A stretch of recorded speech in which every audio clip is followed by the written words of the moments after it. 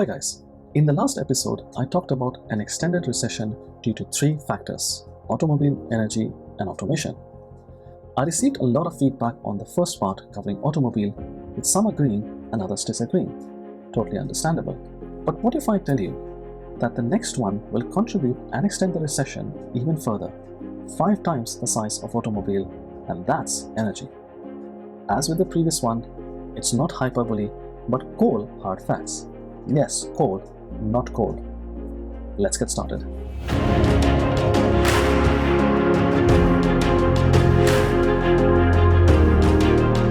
To understand this, let's look at two areas in energy: electricity and oil, starting with electricity and how renewable energy is taking over. And the biggest example of this is happening right now in South Australia. For reference, there are two types of power plants: coal power plants that run constantly and supply most of the electricity to the national grid, and peaker plants that are used at certain points of time in the day to meet the demand and are primarily based on gas or coal. They are inefficient, expensive, and produce a lot of wastage due to the time needed to start them up, about 2 to 3 hours. Coming back to Australia, despite having an abundant fossil fuel structure like coal, the electricity rates were one of the highest in the world and also had an unstable grid. Take Adelaide in South Australia as an example. That relied on expensive peaker power plants to supply electricity during peak hours. The stability of the grid was also a major issue there, highlighted by the 2017 blackout caused by storms. Elon Musk proposed a solution in the form of a battery pack and committed to implement it in 100 days or provide it free. Despite the skepticism and ridicule of many, including the then Prime Minister of Australia, who mocked the implementation, the deal was eventually signed. And boy, all the critics were in for an extremely rude surprise. The battery pack was successfully implemented in a record 63 days, provided a much needed boost to the grid stability and the overall pricing. Its success literally surpassed all expectations, as it recovered the investment in just 1.5 years rather than the estimated 10 years. Yes, it was so good. Reason? Automated software-based energy storage systems offering 90% cost reduction, a fast response time of less than a second instead of the typical 1800 seconds, no wastage, and precise stability and maintenance. This significantly increased the profits for Neon, the power company that employed it, while benefiting customers with low electricity rates. So, an absolute win-win. This remarkable outcome not only proved the viability and the opportunity of renewable energy solutions, but it also challenged the traditional energy setup quite vividly. And now, this is extending rapidly with many more examples within and outside of Australia.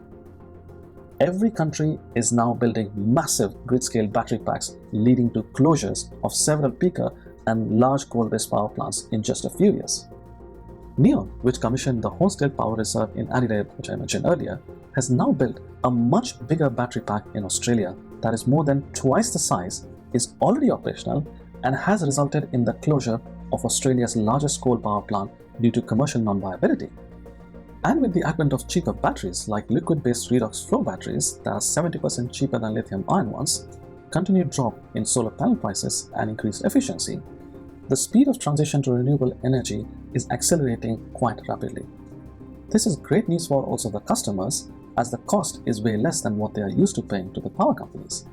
And it will get even cheaper with the newer technologies that will release in the future. Take the example of the solar park near Dubai.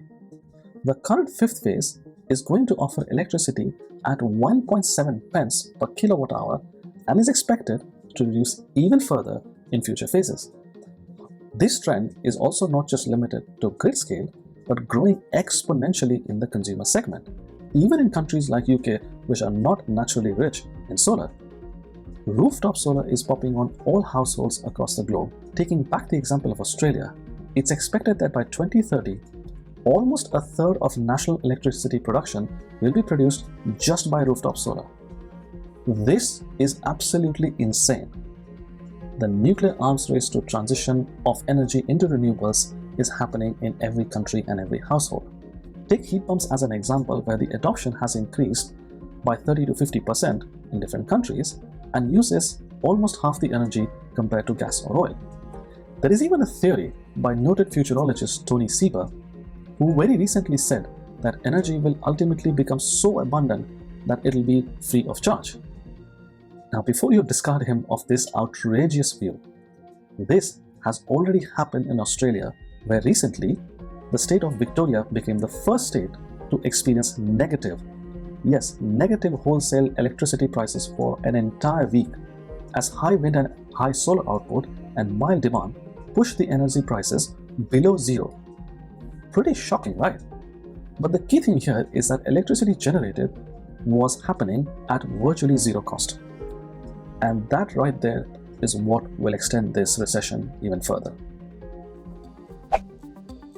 Just like the automobile transition to electric that I covered in my previous episode, link in the description by the way, renewable energy generation is far less complicated, has way fewer components in its supply chain, and is highly automated.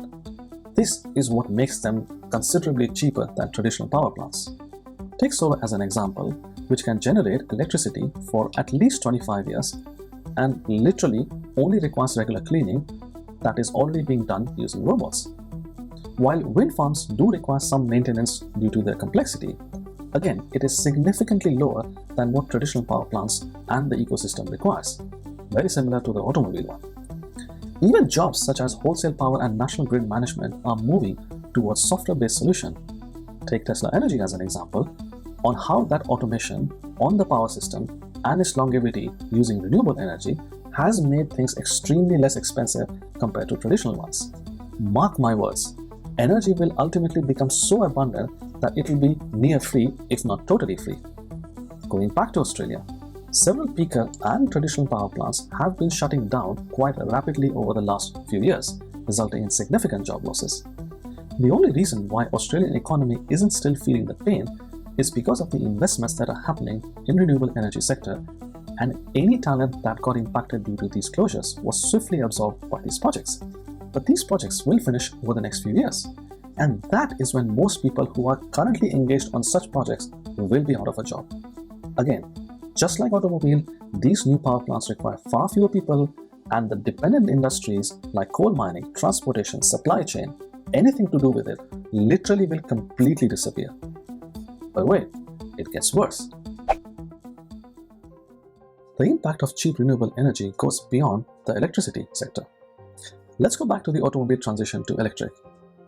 As renewable energy becomes more mainstream, combining an electric vehicle with renewable energy is already making driving 80 to 90% cheaper than a gasoline vehicle, and will even become cheaper as the costs decline. This will have significant repercussions for the oil industry, which will see reduced sales over time and will lead to drilling and refinery closures along with its entire supply chain, including truck drivers, gas pump, and everything associated with it.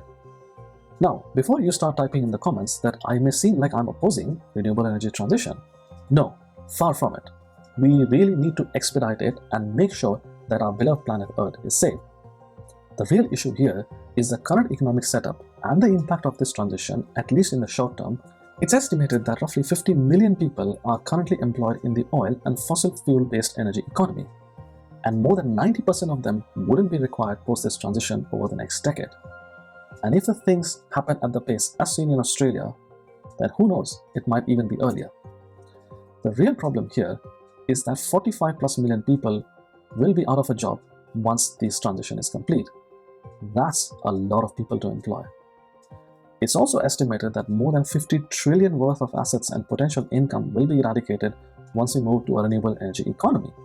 Just like the automobile one, any growth in GDP over the next 10 to 15 years will be overpowered by the job and asset loss in the traditional oil and energy economy, as most jobs wouldn't be required in the renewable energy ones, with high levels of automation present in the new ecosystem. But the impact of automation is nothing compared to the one due to artificial general intelligence impacting hundreds of millions of jobs. More on that in my next episode.